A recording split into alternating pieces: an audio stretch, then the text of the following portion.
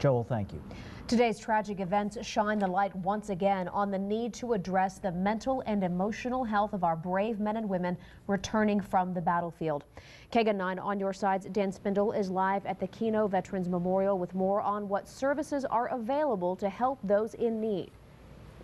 Yeah, Jennifer, we have reported time and again on the brave servicemen and women who have offered their time, their lives to the service of our country and defending our freedoms. Truly, they are the American heroes. I wanted to tell you about a time a couple years ago that I had the chance with a photojournalist to head out to Fort Hood, in fact, with members of the 258th Attack Helicopter Battalion. And I got to tell you, these folks are under extreme pressure from the time they arrive on base. They are learning about how to identify IEDs, those improvised explosive devices. They are running combat training with live ammunition. I stress these experiences to just show how much stress these folks are under, living under that heightened sense throughout their training, throughout their time overseas, and they bring it home with them that can affect their emotional and mental well-being for years to come.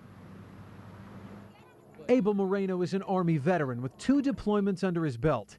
After he came home from the Middle East in 2005, he began to experience symptoms associated with post-traumatic stress disorder, or PTSD. I didn't think there was anything wrong and this is just normal, or maybe I was making more of something than it should have been. As part of his own search for answers, Moreno started the veteran support group Vets for Vets, which has to date helped more than 1,300 veterans nationwide. A service that, like other support groups, is essential with so many young warriors returning home suffering from PTSD. You do see lashing out and violence, and I think it's less common, but when it does happen, it's very dramatic.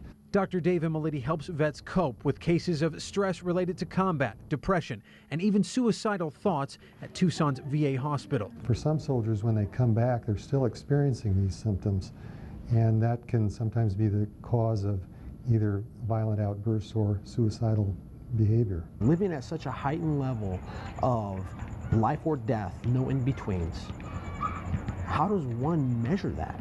How do we begin to focus? And then you come back to a world, like I said, where the colors are so sweet, the smell is so sweet, but living under such duress. How do I adequately grab life again?